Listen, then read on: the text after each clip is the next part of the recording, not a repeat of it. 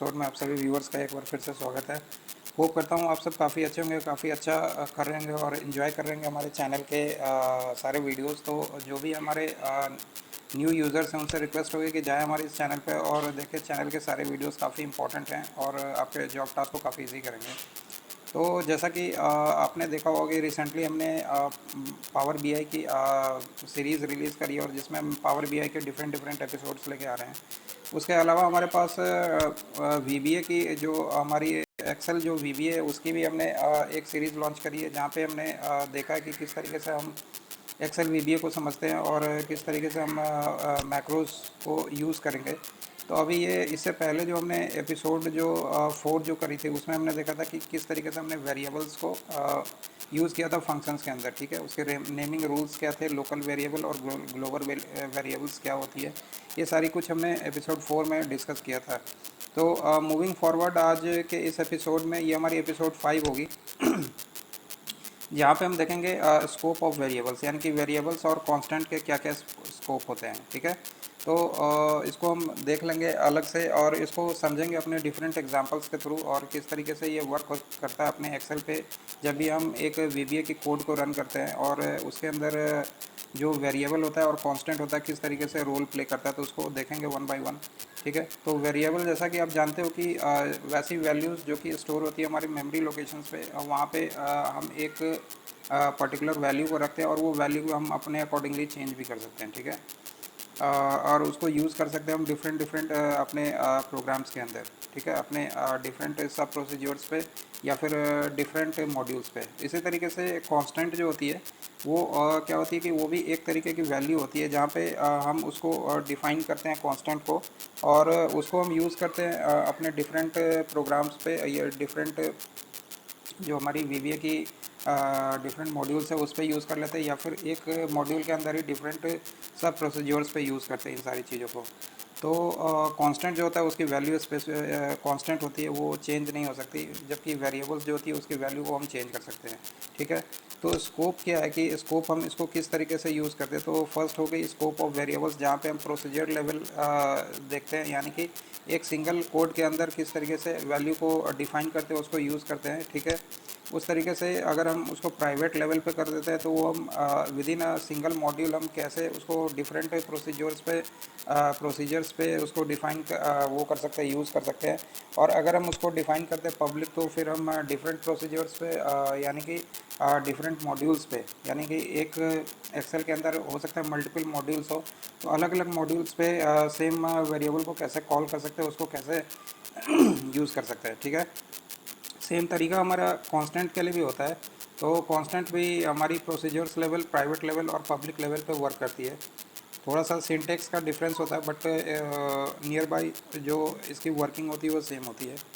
तो चलिए इसको हम देख लेते हैं किस तरीके से होता है। तो बने रहे हमारे साथ, आज के इस एपिसोड में काफ़ी इंटरेस्टिंग होने वाली है और चलिए इसको सीख लेते हैं। तो यहाँ पे अगर आप लैपटॉप को यूज़ करो तो फंक्शन ऑल्ट और F11 को यूज़ कर लो। ठीक है, तो यहाँ पे ये एक हमारे पास विजुअल बेसिक एडिटर की एक विंडो खुल जाती है, जहाँ पे ये हमारे पास लेफ्ट हैंड साइड पे आप देख सकते हो एक्सप्लोरर की विंडोज़ हमारे पास ओपन हो रही है और ऊपर में डिफरेंट टैब्स हैं। ठीक है, तो अब इसमें क्या करना है, हमें सबसे पहले एक मॉड्यूल को इंसर्ट करना है। तो हम जाएंगे अपने इंसर्ट वाले टैब पे और यहाँ से कर लेंगे क्लिक एक न्यू मॉड्यूल। ठीक है, तो अभी के लिए हम क्या कर रहे हैं, हम वेरिएबल्स पे वर्क कर रहे हैं। ठीक है, तो सबसे पहले मैं एक फंक्शन को डिफ़ाइन करता हूँ। ठीक है, एक सब प्रोसीजर डिफ़ाइन करता हूँ। तो उसके लिए क्या करेंगे, सब, और यहाँ पे इसको कर देते हैं चूँकि ये फंक्शन जो है मैं वेरिएबल के लिए बना रहा हूँ तो इसको कर दूँगा वैर, और इसको कर देते हैं वैर वेरिएबल टेस्ट। ठीक है, वैर टेस्ट 1 कर देते हैं इसको। ठीक है, और इंटर कर देते हैं। तो जैसा ही आप इंटर करोगे तो ये सब प्रोसीजर के अंदर जो बॉडी होगी उसमें आपकी कर्सर ब्लिंक करेगी। अब यहीं पे आपको जो भी कोड्स है उसको राइट करना है। तो किस तरीके से हम करेंगे, तो सबसे पहले हम क्या करते हैं कि मैं एक वेरिएबल को डिफ़ाइन करता हूँ जो कि हमारी प्राइवेट वेरिएबल ही होगी। ठीक है, जो हमारी लोकल वेरिएबल है, और उसको मैं यूज़ करूँगा, यानी कि उसकी जो वैल्यू होगी वो हम अपने शीट पे प्रिंट करेंगे। ठीक है, हमारी जो ये शीट 2 है, इस शीट पे जो हमारी A1 सेल है, इस सेल के अकॉर्डिंगली हम उसके वैल्यूज़ को प्रिंट करेंगे अपने वेरिएबल अपने सब प्रोसीजर्स को यूज़ करके। किस तरीके से करेंगे, तो उसके लिए हम क्या करेंगे, पहले हम एक डिफाइन करते हैं वेरिएबल को, तो उसके लिए हम कर देते हैं डिम यानी कि डायमेंशन। और डिम से रिलेटेड जो मैंने इससे पहले वाली जो एपिसोड है, तो वैसे यूज़र्स जो नए हैं तो आप रेफ़र कर सकते हो उस एपिसोड को, जहाँ पे हमने डिफ़ाइन किया था कि किस तरीके से हम वेरिएबल्स को डिफ़ाइन करते हैं। तो उसको हम कर लेते हैं डिम, ठीक है। अब डिम यहाँ पे कर लेते हैं पी आर कैटेगरी, ठीक है, पी आर कैट, ये मैं एक प्रोडक्ट की कैटेगरी ले रहा हूँ, ठीक है। या फिर हम इसको कर लेते हैं प्रोडक्ट कोड या फिर product name, dim prod P R O D name कर देते हैं इसको एज स्ट्रिंग, ठीक है, एज स्ट्रिंग।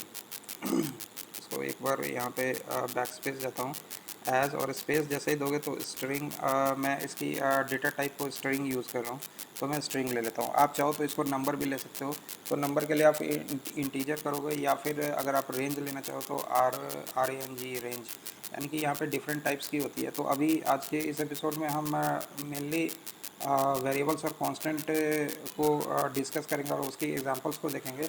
तो अभी के लिए मैंने इसको एज ए स्ट्रिंग लिया, ठीक है, यानी कि एक कैरेक्टर होगा इसका, ठीक है। यहाँ पे ये कर लिया, ठीक है। अब यहाँ पे क्या करते हैं, ये मैंने कर दिया dim product name as a string. अब यहाँ पे क्या करना है मुझे, product pro P R O D hyphen name equal to, अब मैं इसमें एक प्रोडक्ट का नेम डाल देता हूँ, या फिर इसको एक प्रोडक्ट का नेम डालता हूँ, जैसे कि मान लो ये मेरी हो गई होम अप्लायंस, ठीक है। इसको कर देते हैं होम अप्लायंस, अप्लायंसेस प्रोडक्ट्स, ठीक है। ये होम अप्लायंस की प्रोडक्ट होगी, ठीक है। ये प्रोडक्ट की जो कैटेगरी हुई, या तो आप प्रोडक्ट नेम को हटा करके यहाँ पे प्रोडक्ट की कैटेगरी कर दो, नेम थोड़ा सा इतना ज़्यादा बेटर नहीं लग रहा, तो प्रोडक्ट CATG कर देते हैं, ठीक है। अब सेम सिंटेक्स को यहाँ पे भी रखना होगा, ठीक है। तो हम प्रोडक्ट नेम को हटा करके कर देते हैं CATG, ठीक है, कैटेगरी कर दिया। तो अब हमारे पास क्या हुआ कि मैंने एक वेरिएबल डिफाइन किया प्रोडक्ट कैड CATG, और प्रोडक्ट CATG में हमने क्या किया, एक वैल्यू रख दिया, यानी कि होम अप्लायंस प्रोडक्ट, यानी कि इस वैल्यू को हमने स्टोर कर दिया। तो अब हमारी जो जब भी हम अपनी वेरिएबल्स को यूज़ करेंगे, तो उसमें हमारे पास ये प्रोडक्ट कैटेगरी को ही हम यहाँ पे यूज़ करेंगे, और उस प्रोडक्ट कैटेगरी में वैल्यू हमारी क्या आएगी, होम अप्लायंस, जो कि हमने प्रोडक्ट्स जो ये जो वैल्यू हमने डाली है वो हमारी वैल्यू आएगी। तो अब इसको हम किस तरीके से डिस्प्ले करें, तो इसको हम डिस्प्ले कर लेते हैं रेंज, मैं इसको सेल अपने एक्सेल के शीट के किसी एक पर्टिकुलर सेल पे इसको डिस्प्ले करवाना चाहता हूँ, तो इसको कर लेंगे रेंज, ठीक है। रेंज ब्रैकेट ओपन करता हूँ, और यहाँ पे मैं डाल देता हूँ, जैसे मान लो ये मैं कर देता हूँ A1 टू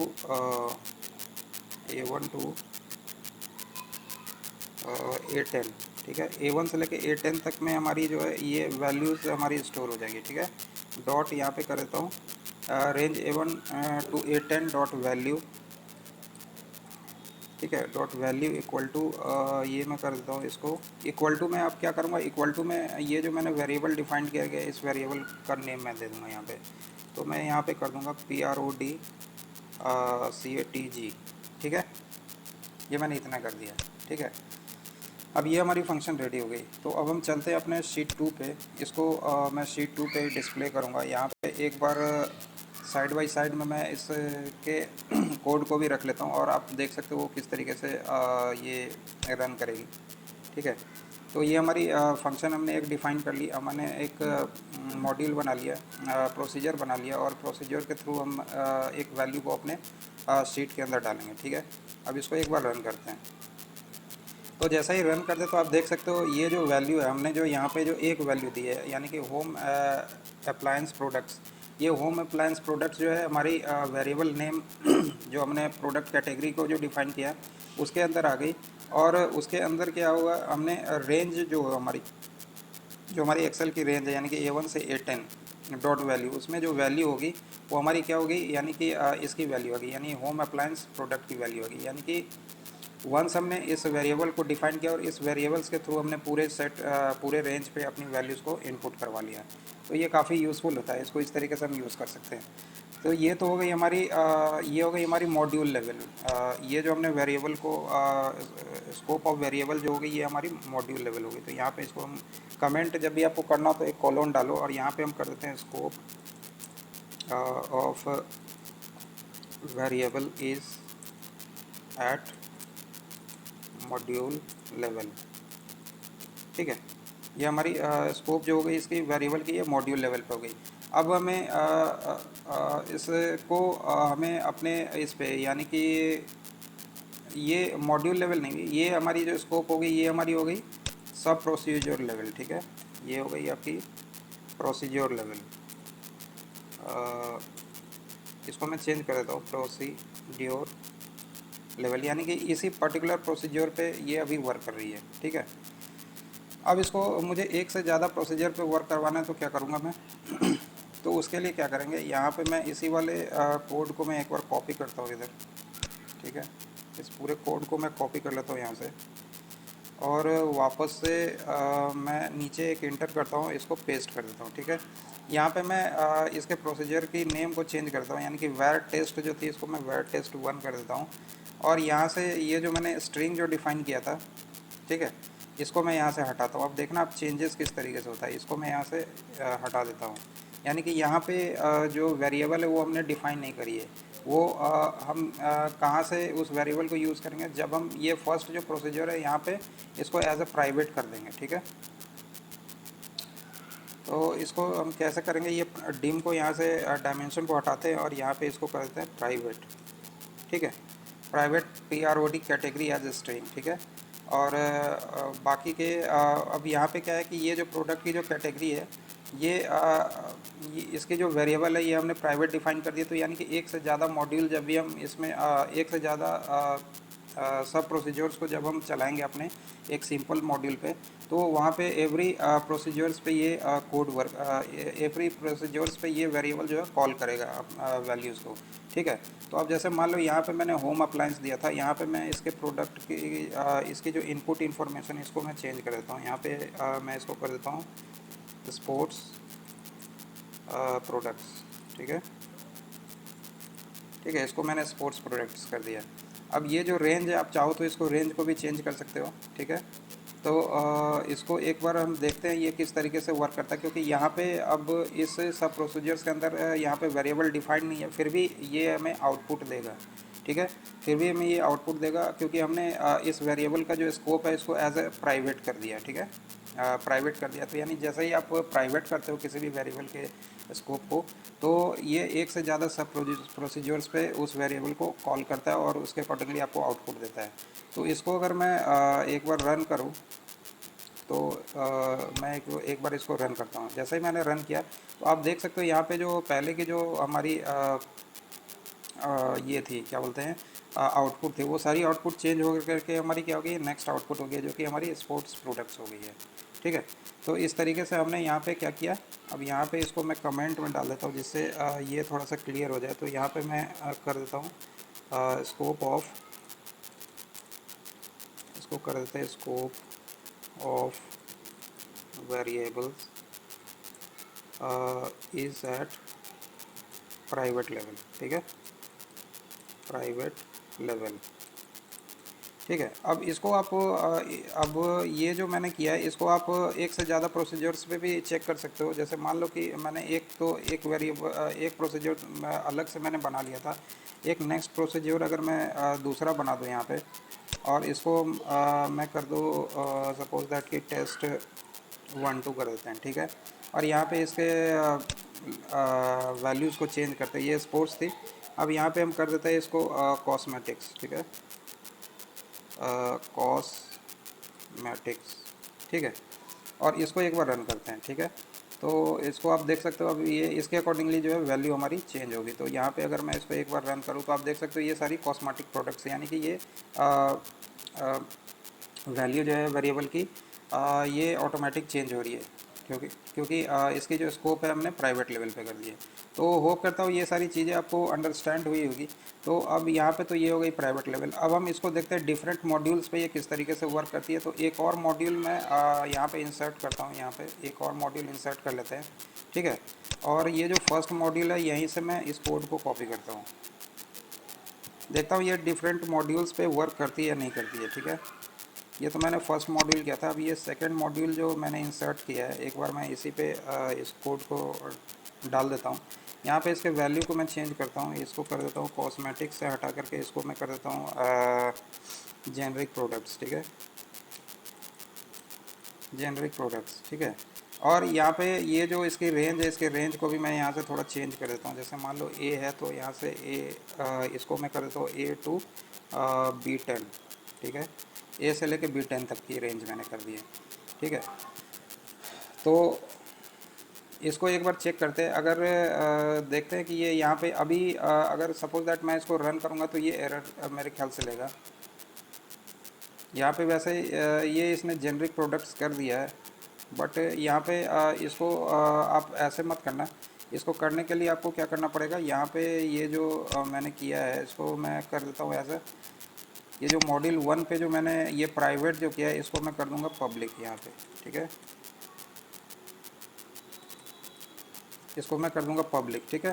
तो अब इसको मैं एक बार यहाँ से इसके आउटपुट को मैं क्लियर कर देता हूँ, ठीक है। यहाँ से मैं इसको क्लियर कर देता हूँ और मैं वापस से इसको एक बार अपने मॉड्यूल 2 पे चलते हैं, ठीक है। और मॉड्यूल 2 पे इसको एक बार रन करते हैं, ठीक है। तो जैसे ही रन करते तो आप देख सकते हो यहाँ पे जो वैल्यू है इसकी वैल्यू चेंज हो गई है। यानी कि इसने जो है A1 से लेके B10 तक की रेंज पे वो वैल्यूज़ हमें ला करके डाल दी है, ठीक है।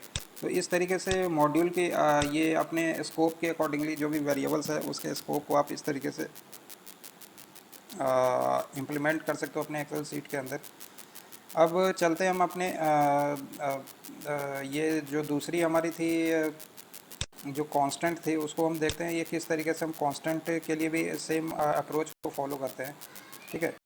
तो उसके लिए हम क्या करेंगे, यहाँ पे ये जो मैंने मॉड्यूल जो बनाई है, ठीक है, ये जो हमारी फर्स्ट मॉड्यूल है, ठीक है। अब यहाँ पे मैं एक न्यू मॉड्यूल को इंसर्ट करता हूँ इधर, ठीक है।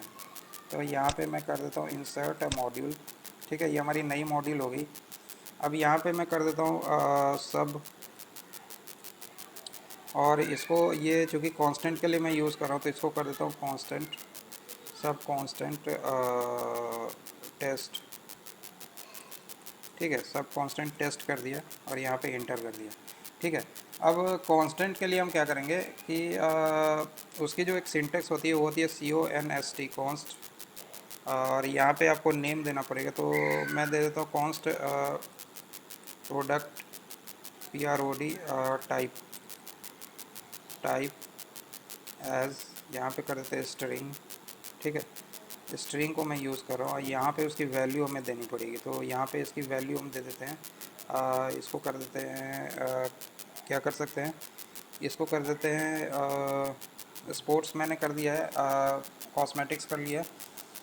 अब इसकी ये कर देते हैं मेडिसिनल प्रोडक्ट, ठीक है। ये मैंने कर दिया यहाँ पे, ठीक है। कांस्टेंट हमने कर दिया, constant product type as string और मेडिसिनल प्रोडक्ट कर दिया यहाँ पे, ठीक है। अब यहाँ पे क्या करना है मुझे, एक रेंज ले लेता हूँ मैं, range.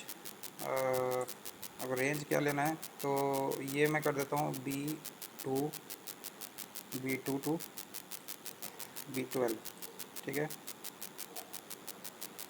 Dot value equal to, ये कर देते हैं यहाँ से, ये इसको कॉपी कर लेते हैं और ये कर देता हूँ PROD TYP प्रोडक्ट टाइप, ठीक है। इस तरीके से ये मैंने कर दिया। ये मैंने कांस्टेंट एक डिफ़ाइन किया उस जो कि स्ट्रिंग टाइप है, और उसमें मैंने एक वैल्यू को डाला और उस वैल्यू को हमने कॉल करवा लिया अपना कहाँ पे, जो हमारी शीट है वहाँ पे B2 to B12 के रेंज पे, ठीक है। तो हम चलते हैं अपने शीट 2 पे। यहाँ से एक बार मैं वैल्यूज़ को एक बार डिलीट कर देता हूँ, वैल्यूज़ को डिलीट करते हैं और इसकी थोड़ी सी मैं फ़ॉन्ट साइज़ थोड़ी इंक्रीज़ कर देता हूँ। ठीक है, थोड़ा सा इसको और इसके विड्थ को चेंज कर देते हैं। अब यहाँ पे एक बार रन करते हैं अपने इस वाले कोड को।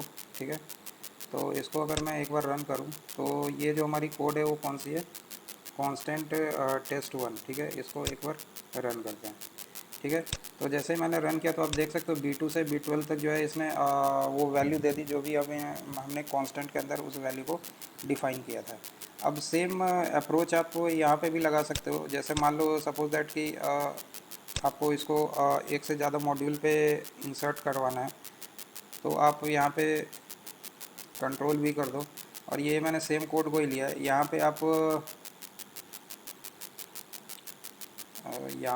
क्या कर सकते हो, ये जो है यहाँ पे कांस्टेंट जो हमने डिफ़ाइन करी है इसको मैं यहाँ से हटा देता हूँ। ठीक है, और प्रोडक्ट टाइप इक्वल टू मैं ये वाली वैल्यू डाल देते हैं। ठीक है, ये स्ट्रिंग भी हटाते हैं यहाँ पे, प्रोडक्ट टाइप इक्वल टू में ये डालते हैं और रेंज को आप चेंज कर दो यहाँ पे, या तो B2 यहाँ पे B2D कर सकते हो आप। ठीक है, यहाँ पर रेंज को चेंज कर दिया हमने और यहाँ पे जो ये कांस्टेंट जो किया है इसको मैं करता हूँ प्राइवेट। ठीक है, इसको प्राइवेट लेवल पे कर दिया है कांस्टेंट को। ठीक है, और इसको एक बार हम रन करते हैं तो ये यहाँ पे कहीं पे कंपाइलर ले रहा है। अच्छा, ये सेम मॉड्यूल हमने रखा हुआ है, इसका मॉड्यूल का नेम को मैंने थोड़ा सा चेंज कर दिया है। ठीक है, अब इसको रन करते हैं तो अब ये जो थी आप देख सकते हो यहाँ पे B2D यानी कि B2 से D10 तक D12 तक जो रेंज है उस रेंज पे इसने अपने वैल्यूज़ को इंसर्ट करके दे दिया है। अगर यहाँ पे ये थोड़ा सा इसके वैल्यू को हम चेंज कर देते हैं, मेडिसिनल प्रोडक्ट को यहाँ पे हटा करके इसको कर देते हैं इसको और क्या कर सकते हैं, डेयरी प्रोडक्ट। ठीक है, डेयरी प्रोडक्ट कर दिए। यहाँ पे दोबारा से इसको अगर एक बार रन करें तो ये हमारी जो है कोड रन हुई है। ठीक है, ये सारी कोड जो है इस तरीके से रन हो रही है। पब्लिक के लिए भी आप उसी तरीके से कर सकते हो। तो यहाँ पे जो ये थी, ये जो है हमारी, ये हो गई हमारी कौन सी हो गई, ये हो गई आपकी कांस्टेंट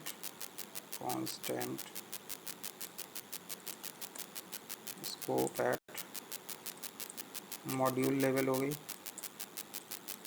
ठीक है, और ये जो हो गई आपकी, ये हो गई constant scope at private level.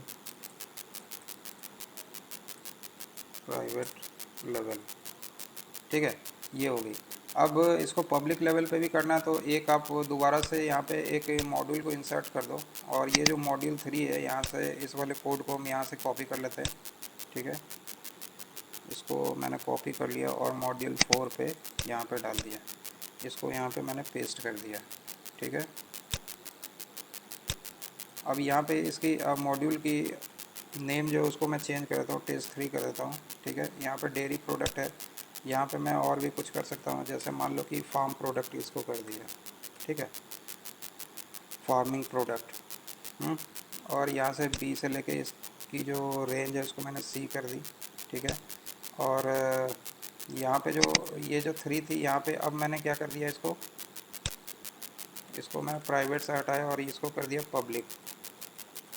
ठीक है, पब्लिक लेवल, पब्लिक है, मैंने पब्लिकली डिफाइन कर दिया इसको।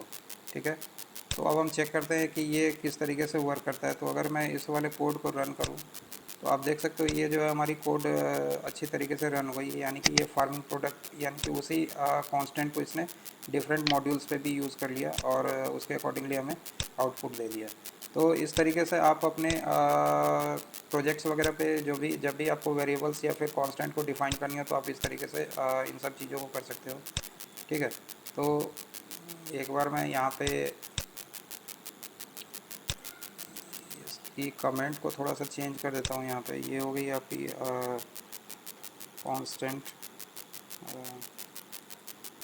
Constant defined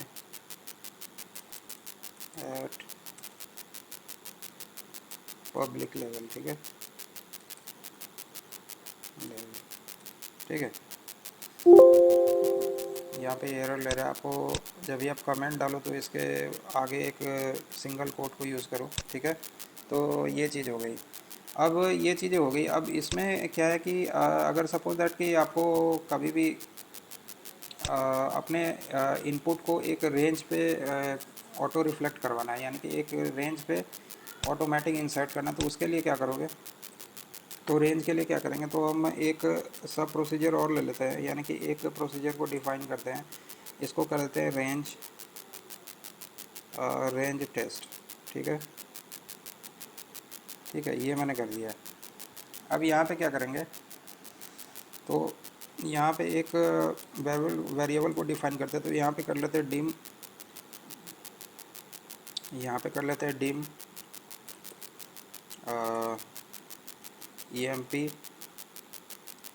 EMPL cell as integer, ठीक है। यहाँ पे मैंने इंटीजर कर लिया, एक सैलरी ले ली जो कि सॉरी, यहाँ पे इंटीजर नहीं करेंगे, यहाँ पे करेंगे dim EMP cell as range, ठीक है। एक बार मैं दोबारा से करता हूँ, EMP सेल एज रेंज, ठीक है। ये मैंने रेंज डिफाइन कर दिया। अब जब भी आप रेंज एक ऑब्जेक्ट टाइप होती है, हमारी डेटा टाइप होती है, ठीक है। तो जब भी आप रेंज डिफाइन करोगे तो उसको सेट करना पड़ेगा, यानी उसके रेंज को रेंज की वैल्यू देनी पड़ेगी। तो यहाँ पे हम कर देंगे सेट और EMPL, और यहाँ पे कर देते हैं सेल इक्वल टू, यहाँ पे करेंगे रेंज, उसकी रेंज की वैल्यू देनी पड़ेगी। हम कर देते हैं रेंज, ब्रैकेट ओपन करते हैं, और यहाँ पे कर देते हैं A1 टू सपोज B12, ठीक है। ये मैंने कर दिया, यानी कि उसकी जो रेंज है, उसकी जो मैंने जो वेरिएबल डिफाइन करी है EMP सेल, जो कि रेंज टाइप है, तो उस वेरिएबल का रेंज मैंने फिक्स कर दिया यहाँ पे, ठीक है। अब यहाँ पे क्या करेंगे कि उसमें वैल्यू हमें डालनी है, ठीक है। तो अब यहाँ पे वैल्यू क्या डालें, यहाँ पे कर देते हैं EMPL hyphen cell dot value,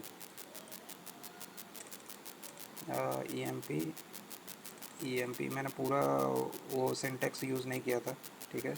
EMPL है, ठीक है। EMPL underscore cell dot value, उसमें वैल्यू मुझे क्या डालनी है, तो वैल्यू मुझे डालनी है यहाँ पे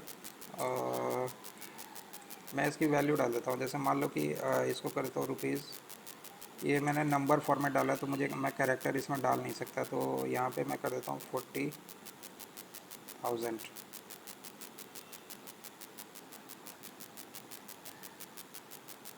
ठीक है। यहाँ पे या तो आप यहाँ पे कर भी सकते हो, यहाँ इसको कर दो आप RS, एक बार चेक कर लेते हैं, ये देखते हैं किस तरीके से हो रहा है।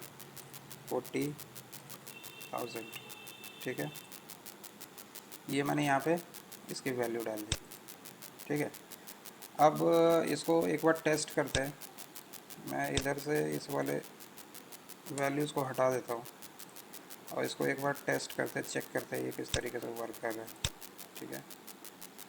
तो इस पर कर्सर रखें, आपका जो भी आपने मॉड्यूल बनाया है उस पर आप कर्सर को रख दें, और यहाँ पे आप एक बार रन कर दें। तो आप देख सकते हो यहाँ पे जैसे ही मैंने रन किया, तो ये मुझे पूरे रेंज पे इसने जो भी मैंने वैल्यूज़ रखी थी वो वैल्यूज़ मुझे ला करके डिस्प्ले कर दी। तो इस तरीके से आप रेंज को भी यूज़ कर सकते हो और रेंज को फिक्स कर सकते हो। सपोज दैट मैंने A12 टू B12 किया, यहाँ पे आपको अगर रेंज को चेंज करनी है तो आप यहाँ पे B को हटा करके C कर दो, ठीक है। और उसको दोबारा से एक बार रन करो, तो यहाँ की आपकी C वाले रेंज पे भी वो इस तरीके से वर्क करेगी। तो होप करता हूँ ऑल इज़ वेल, और ये सारी कुछ आपने आज अंडरस्टैंड कर ली हुई, किस तरीके से हमने वेरिएबल और कांस्टेंट के स्कोप को डिफाइन किया, और किस तरीके से हमने रेंज के थ्रू अपने वैल्यूज़ को इंसर्ट किया एक्सेल शीट के अंदर। आगे आने वाले एपिसोड्स में और भी इंटरेस्टिंग टॉपिक देखेंगे। तो तब तक के लिए thank you so much, have a nice day, bye bye, take care, Jai Hind, जय भारत।